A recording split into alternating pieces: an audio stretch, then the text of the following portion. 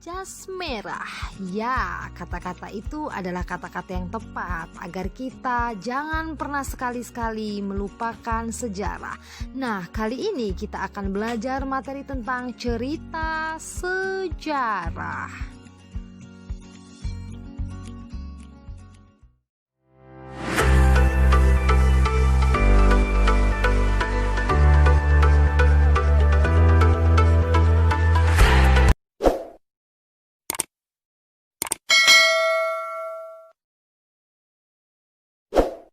Karena itu dengan memperhatikan ketentuan pasal 8. In the presidential palace, Suharto floundered, losing control of events.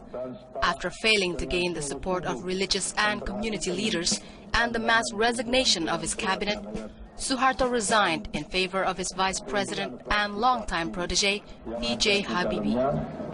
Saya memutuskan untuk menyatakan berhenti.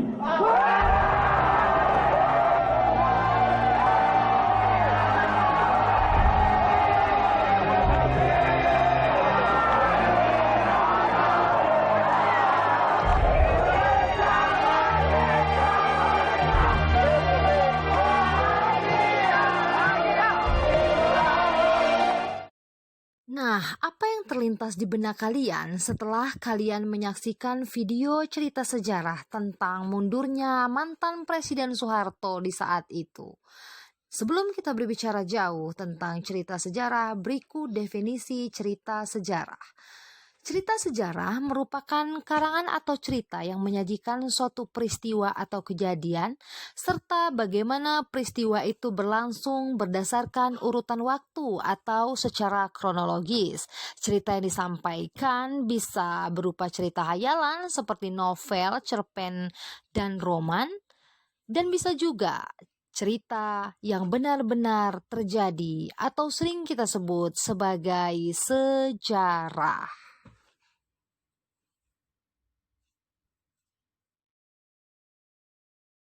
Empat fungsi cerita sejarah menurut Nugroho Noto Susanto.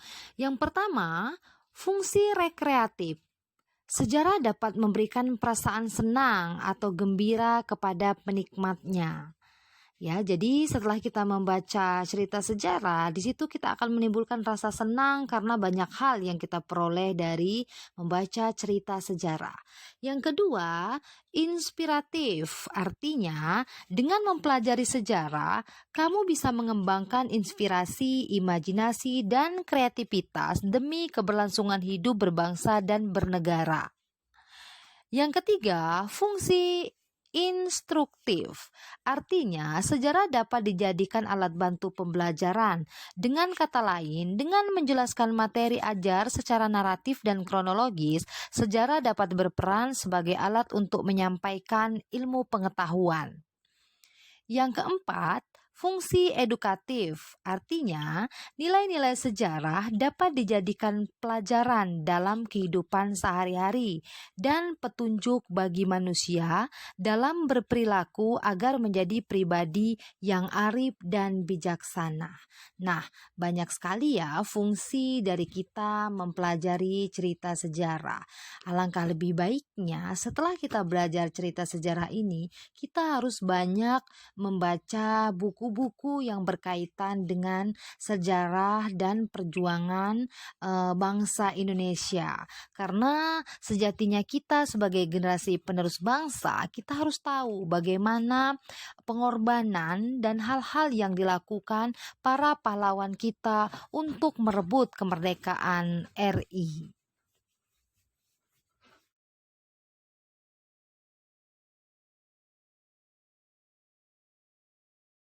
Berdasarkan tujuannya, cerita sejarah dibedakan menjadi dua. Yang pertama, cerita sejarah ekspositoris.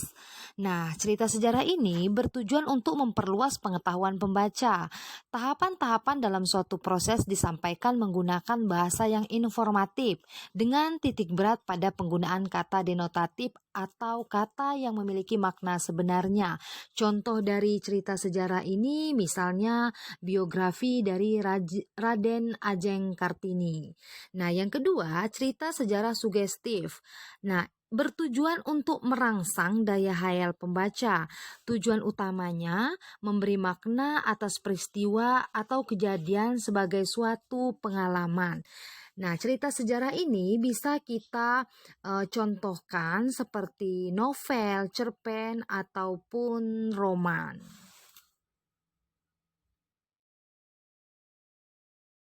Jenis cerita sejarah berdasarkan peristiwa terbagi menjadi dua. Yang pertama, cerita sejarah yang benar-benar terjadi, seperti sejarah kemerdekaan Republik Indonesia yang pada saat itu kita raih pada tanggal 17 Agustus 1945. Yang kedua, cerita sejarah berupa hayalan seperti cerpen, novel, dan sejenisnya. Nah, apa yang kita peroleh dari cerita sejarah berupa hayalan ini yang dapat kita ambil adalah nilai-nilai kebaikan, ya, nilai-nilai edukasi yang bisa kita terapkan dalam kehidupan sehari-hari karena tentunya penulis mempunyai maksud yang baik untuk pembacanya.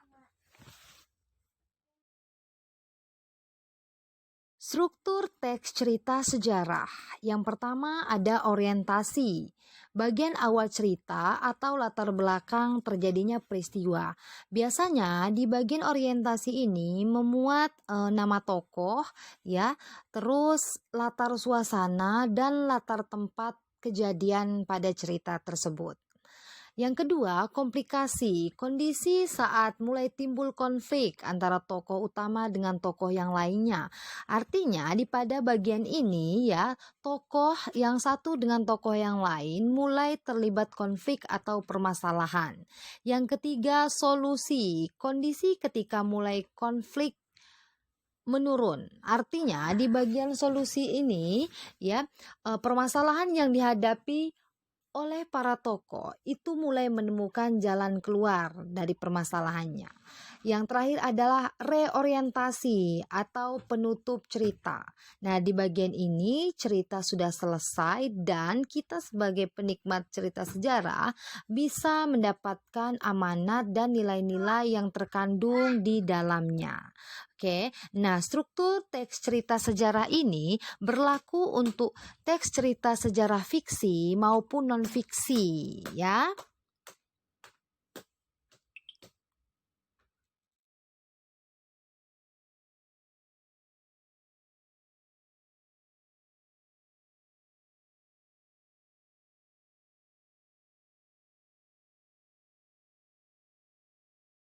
Berikut contoh teks cerita sejarah ya, di mana di bagian orientasi di sini adalah bahasa Indonesia adalah bahasa Melayu. Nah, ini di bagian orientasi atau pengantarnya.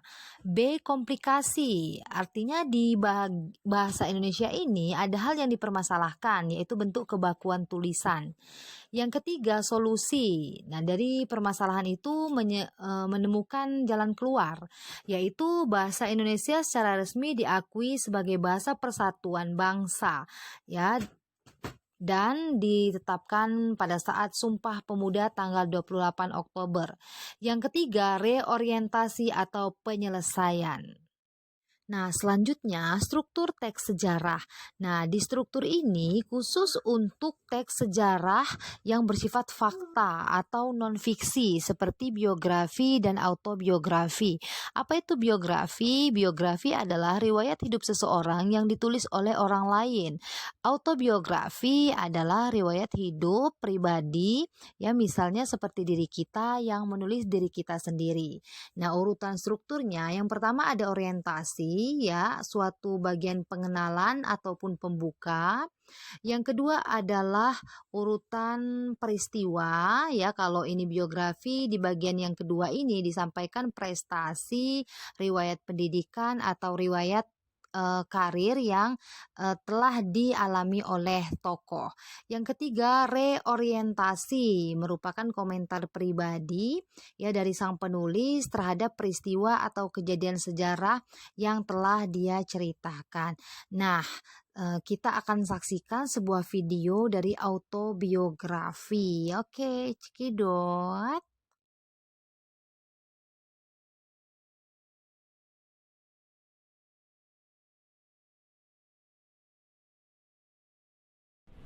Mungkin buat sebagian orang, gagal itu memalukan. Tapi aku justru bangga kalau aku pernah gagal. Karena kegagalan itu yang membentuk jati diriku yang sekarang. Bukan soal berapa banyak piala yang kita dapat, tapi gimana kita bisa belajar dan membagikannya ke sesama. Selain kegiatan di kampus, aku suka musik. Intern di perusahaan multinasional di Indonesia dan menjadi ketua dalam membimbing proses belajar akuntansi. Karena buat aku, bisa saling bantu, itu adalah suatu keindahan. Mungkin kita hanya hidup sekali. Tapi kalau kita menjalaninya dengan baik, sekali itu cukup. Oke, berikut adalah perbedaan dari teks cerita sejarah fiksi dan non-fiksi. Bisa dilihat sendiri di situ ya, dari segi tokohnya, kejadian ya, dan fakta yang ada di lapangan. Selanjutnya, kaidah kebahasaan cerita atau novel sejarah. Yang pertama, menggunakan kata benda atau kata ganti tertentu. Misal, menyebutkan nama kota tertentu, tempat tertentu, objek tertentu, atau merujuk pada kata ganti tertentu. Contohnya, Kepulauan Nusantara, bahasa Melayu, pohon apel, dan anak laki-laki. Yang kedua, menggunakan tokoh sentral. Nah, contohnya di sini misalnya biografi tokoh sentralnya adalah Siti Nurbaya. Yang dimaksud dengan tokoh sentral adalah tokoh yang selalu diceritakan ya, selalu terlibat dalam peristiwa apapun yang terdapat dalam cerita sejarah.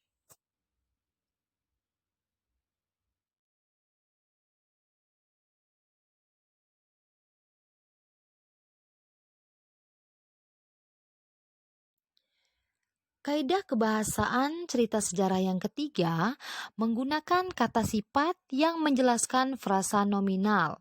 Nah, frasa di sini berarti gabungan dua kata. Contohnya, raja adil, gadis cantik, rumah mewah. Yang keempat, menggunakan konjungsi atau kata penghubung. Yang pertama, konjungsi temporal berarti kata penghubung yang merujuk pada waktu, bukan keterangan waktu ya. Nah, kemudian ketika, lalu, dan suatu hari. Yang B, penghubung keterangan. Ya, jadi penghubung ke keterangan tempat. Contohnya di sekolah, di rumah. Jadi dia menghubungkan ke keterangan tempat. C, penghubung keterangan tujuan. Untuk siapa tujuannya. Yang kelima, menggunakan keterangan waktu lampau. Ya, misalnya pada zaman dahulu kala. Yang keenam, menggunakan frasa adverbial, artinya gabungan dua kata atau tiga kata yang menyatakan keterangan. Contohnya, sekembali dari kerajaan, ada tiga kata ya, setelah itu setelah melewati hari. Oke, bisa diperhatikan untuk kaidah-kaidah. Nah, itu tadi penyampaian materi tentang cerita sejarah. Semoga apa yang sudah kita bahas bermanfaat untuk kalian dan bisa kalian pahami. Terima kasih. Wassalamualaikum warahmatullahi wabarakatuh. Bye.